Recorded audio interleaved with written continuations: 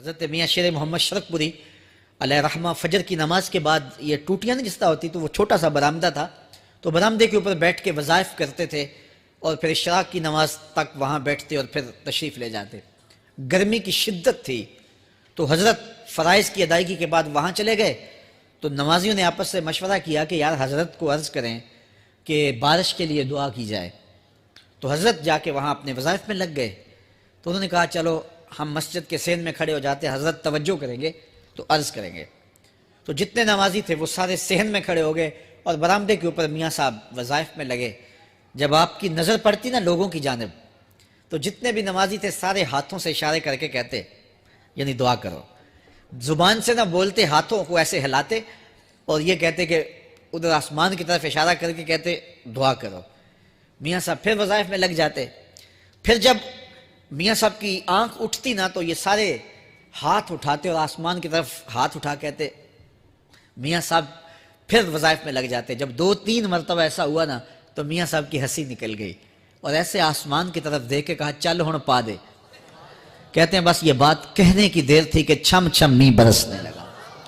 تو جب کوئی حضور کا ہو جاتا ہے تو رب اس کو اپنا محبوب بنا لیتا ہے۔ تو حضور کی محبت خدا کی محبوبیت کا ذریعہ ہے، اس لیے ہمیں حضور کا پیار اپنی روحوں میں موجزن کرنا ہے، حضور کی محبت اپنی روحوں میں اتارنی ہے، اور محبت اپنے تمام تر تقاضوں کے ساتھ جب روح پذیر ہوگی تو پھر ہمارا انداز زندگی بھی سنور جائے گا، ہماری آخرت بھی سنور جائے گی۔ محبت کے من جملہ تقاضوں میں سے سب سے بڑا تقاضا محبوب کی اطاعت ہے کہ بندہ جس سے پیار کرتا ہے اس کی بات مانتا ہے۔ یہ ہے دعوی محبت کا ثبوت، اس کی دلیل۔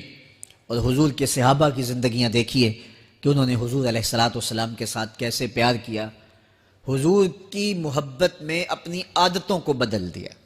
حالانکہ عادتیں نہیں بدلی جاتی، 2 سکے بھائی ہوں، رشتہ کتنا گوڑا ہے، اور ایک گھر میں پرورش پائی ہے، ایک گود میں پلے ہیں، ایک باپ کے گہوارہ تربیت میں رہے ہیں، لیکن طبائع میں اختلاف یہ ایک فطری بات ہوتی ہے۔ ہمارے پاس لوگ آتے ہیں 2 سکے بھائی ہوتے ہیں، ایک کی طبیعت ادھر کو جا رہی ہوتی ہے، دوسرے کا مزاج ادھر کو جا رہا ہوتا ہے، ایک سخت نرم مزاج ہوتا ہے اور دوسرے کی آنکھوں سے انگارے پھوٹ رہے ہوتے ہیں، ایک معاف کر دینے والا ہوتا ہے، ایک سخت غصیلا ہوتا ہے، ایک کی طبیعت کے اندر تلخی کی چنگاریاں ہوتی ہیں اور ایک کی طبیعت کے اندر نرمی کے پھول ہوتے ہیں، آپ نے بھی دیکھا ہوگا۔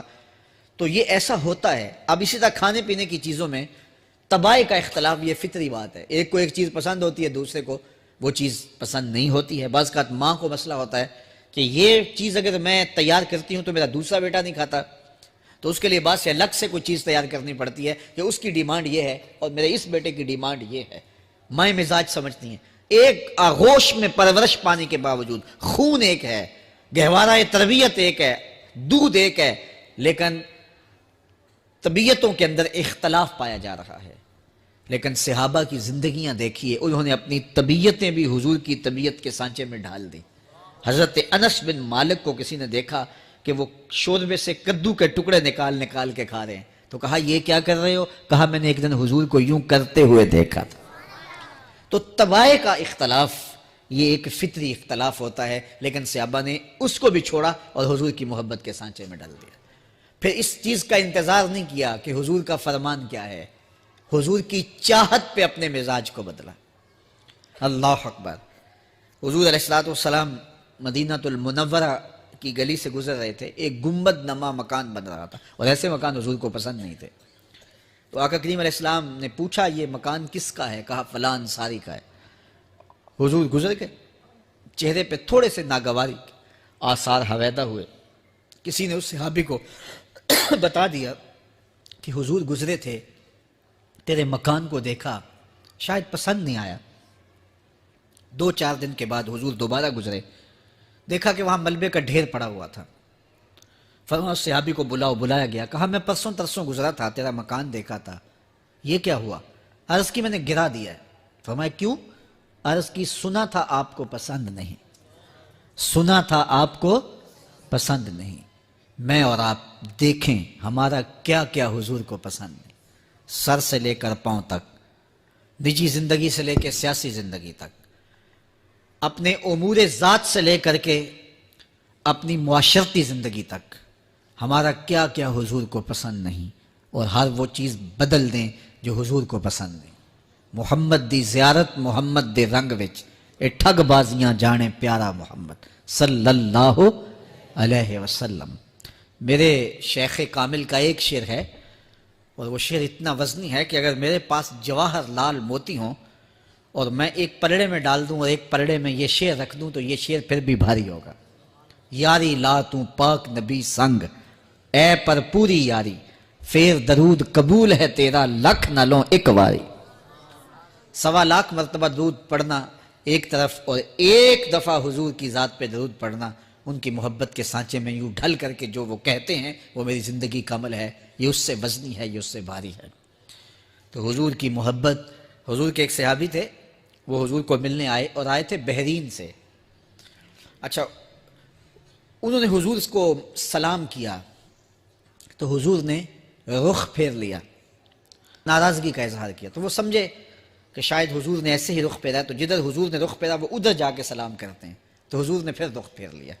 سمجھ گئے کہ حضور ناراض ہیں۔ اب انہیں سمجھ یہ نہیں آ رہی تھی کہ ناراضگی کا سبب کیا ہے۔ وہ اصحاب رسول سے پوچھنے لگے کہ حضور مجھ سے ناراض لگتے ہیں، آپ میں سے کوئی بتا سکتا ہے کہ حضور کیوں ناراض ہیں؟ اللہ اکبر!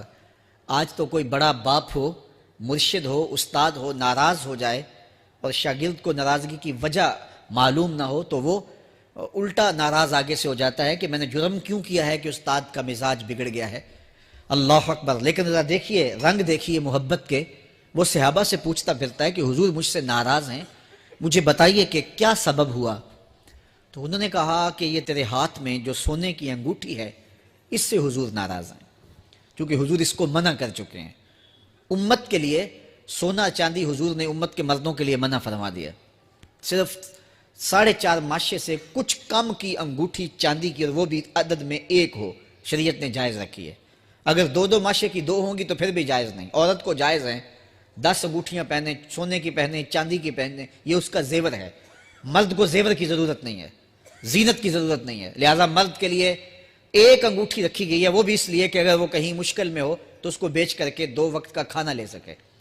باقی اس کے لیے انگوٹھی 4.5 ماشے سے کم کا چاندی یا سونا 1 ماشا ہی کیوں نہ ہو، اس کے لیے جائز نہیں ہے۔ تو اس نے سونے کی انگوٹھی پہن رکھی تھی، لیکن اسے حرمت کا پتہ نہیں تھا، تو اس نے کہا کہ حضور مجھ سے کیوں ناراض ہیں؟ تو صحابہ نے کہا شاید یہ اس انگوٹھی کی وجہ سے ناراض ہیں۔ تو اس نے یہ نہیں کہا کہ مجھے تو پتہ ہی نہیں تھا، میرا کیا قصور؟ خیر، اس نے انگوٹھی اتار کے حضور کو پیش کرتے کہا حضور آپ اس وجہ سے ناراض ہیں؟ حضور نے انگوٹھی پکڑی اور ایسے پھینک دی، ناراضگی کی وجہ ختم ہو گئی، وہ بیٹھ گیا، بات شروع ہو گئی۔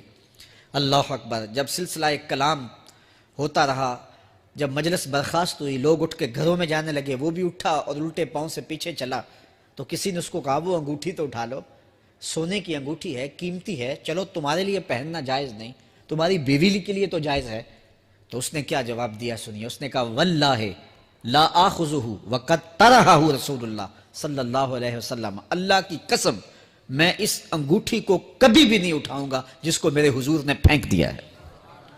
تو یہ تھی ان کی محبت، یہ تھا ان کا انداز۔ تو آئیے میں اور آپ حضور سے اگر محبت کرتے ہیں تو حضور علیہ السلام کا طرز زندگی، حضور کا انداز معاشرت اختیار کریں۔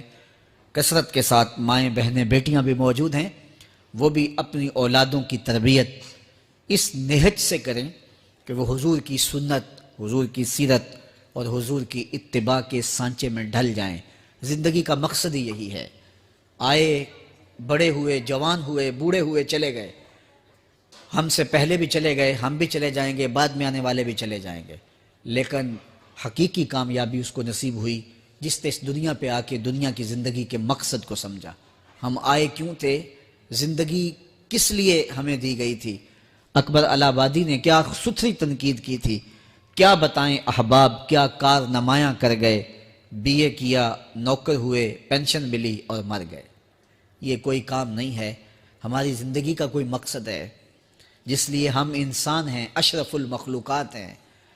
دیکھیے گدھا سارا دن بوجھ اٹھاتا ہے، اللہ اکبر! میرے صاحب نے گدھے سے بھی ایک موازنہ کیا ہے کہ سارا دن جو ہے وہ بوجھ اٹھائے اور کام کرے، اور پھر مالک اس کو غذا بھی نہ دے، وہ جا کے روڑیوں سے اور باہر سے جا کے چر کے پھر آ کے کام مالک کا کرے، مالک اس کو دے بھی نہ، اور وہ باہر سے کھا کے آئے اور کام مالک کا کرے، تو اگر بندہ ہو کے، انسان ہو کے اگر نہ کرے تو میرے حضور نے ایک لمبی ربائی ہے، اس میں آخر میں لکھتے ہیں تو چنگا یعقوب یا کھوتا تینوں شرم نہ آوے، کہ اگر وہ ایک گدھا بھی کام کرے، اپنی پیٹھ پہ بوجھ لا دے اور تو اپنے مالک کے لیے کچھ نہ کرے، اور ساری نعمتیں مالک نے تجھے دی ہیں اور عزتیں اور آبرویں تیرے نام کی ہیں، اور تو اس کا حق ہی ادا نہ کرے، تو پھر کس طرح تیرے سے، تو پھر اولئک کل انعام بل ہم اضل، فرمایا تو چوپایا ہے بلکہ چوپایوں سے بھی بدتر ہے۔ تو میں اور آپ اپنے آپ کو انسان ثابت کریں، آج موقع ہے، سے ثابت نے اجے حواس تیرے، سے ثابت نے اجے حواس تیرے، کر لے نیکیاں رج کے تو، اڑیا رب رسول کیوں پل بیٹھوں، آ رب رسول ول پج کے تو، آئی موت ایتھے رہسن کم تیرے، آئی موت ایتھے رہسن کم تیرے، نیکیاں کر لے بھج کے تو، کی آکھ سن لوگ یعقوب تینوں، جب ٹر پیوں سر منہ کج کے تو، وہ وقت آئے گا جب تنیاں باندھ دی جائیں گی، جب دونوں جانب سے کفن باندھ دیا جائے گا، پھر پردہ ہٹا ہٹا کے دیکھا جائے گا، پھر بند کر دیا جائے گا، وہ لمحے کتنے دردناک ہوں گے، وہ گھڑیاں کتنی دردناک ہوں گی۔ آج مجھے اور آپ کو اللہ نے موقع دیا ہے، تو آج حضور کی سیرت کو اپنانے کا، اپنی روحوں میں اتارنے کا عزم